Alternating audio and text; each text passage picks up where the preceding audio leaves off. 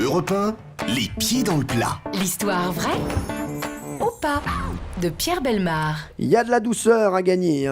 Ah oui, si on décèle le vrai du faux, à la clé, il y aura un ensemble de gourmandises proposées par Cofea, des napolitains, du pain d'épices, du nougat, des bonbons, du chocolat, des mini-confitures. Le top de la gourmandise, un maximum de plaisir que vous pouvez retrouver dans les 70 boutiques Cofea. Et je rajoute 2 places de cinéma pour aller voir un film européen si Catel arrive à discerner le vrai du faux. Catel, bonjour.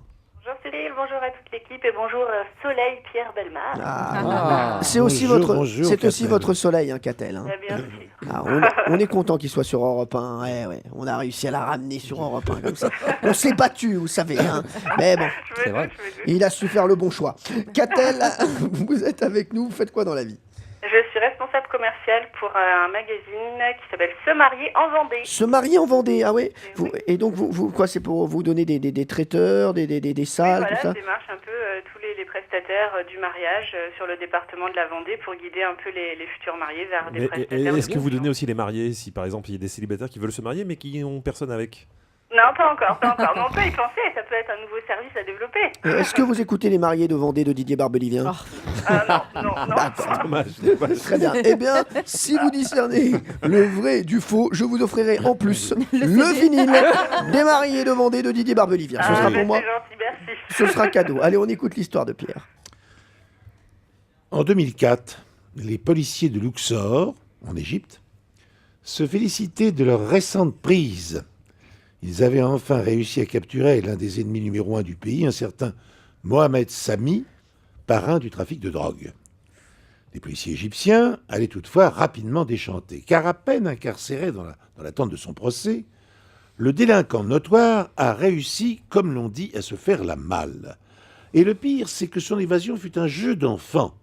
Mohamed Sami n'aurait eu qu'à guetter une faute d'inattention de ses gardiens pour s'échapper de sa cellule sans aucune trace d'effraction.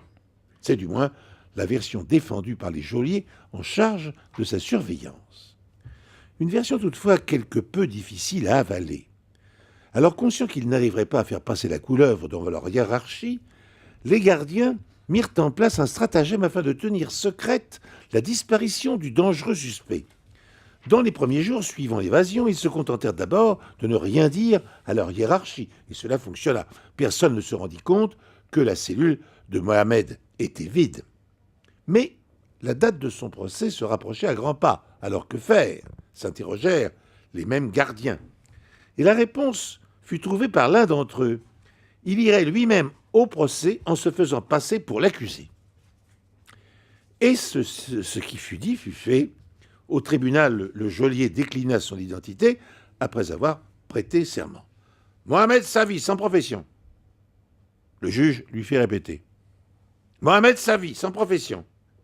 Vous êtes un affabulateur. » Le juge condamna les geôliers impliqués dans l'affaire à 7 ans de prison. Mohamed, lui, écopa de seulement 2 ans derrière les barreaux. Je ne le vois pas inventer tout ça. Je ne veux pas influencer, je ne veux pas influencer Catel. Mais là, bon, il y avait aussi beaucoup de détails. Ouais. Attention, Voilà, c'est ça. Parce que ça me paraît bizarre qu'on se rende pas compte, en fait, que quelqu'un a disparu d'une cellule. C'est un peu inquiétant. Mais en même temps, c'est vrai qu'il y a tellement de détails. Non, mais c'est faudrait que tout le surtout monde soit complice. très difficile d'arrêter un truand si on ne connaît pas du tout son visage. Parce que si tout le monde peut se faire passer pour lui... C'est ça. Non, mais que ça Ah soit oui, un petit c'est ça. truand, oui, mais l'ennemi public numéro 1 tel que vous nous l'avez présenté, ça paraît bizarre quand même. Alors, Catel, est-ce qu'on y croit ou pas à l'histoire de Pierre Bellemare ? Ah là, c'est terrible. Je rappelle Catel, qu'on joue pour les douceurs grâce à Cofea. On joue pour 2 places de cinéma grâce à Europe 1. Et on joue pour le vinyle des Mariés de Vendée de Didier Barbelivien. Grâce à Hanouna. Oui, ça c'est pour moi, c'est mon cadeau perso. J'en ai 8 à la maison. Je vais devoir me séparer là, mais c'est pas grave. Ce sera pour Catel, et ben c'est comme ça. S'il faut le faire, on le fera. Il me restera quitter l'autoroute. Voilà. Ah, voilà. Alors, Catel, est-ce qu'on y croit ou pas ? Aïe. Allez, il me faut une réponse. Je vais dire que c'est Allez, vrai. Pierre Bellemare, est-ce que cette histoire est vraie ou faux ? Elle change ou elle change pas ? Attendez, Vous dites des choses, puis après vous dites le contraire. mais ça C'est- va. on dirait le mec qui tient un bar. Et fait, ouais, bon, il consomme ou pas là ?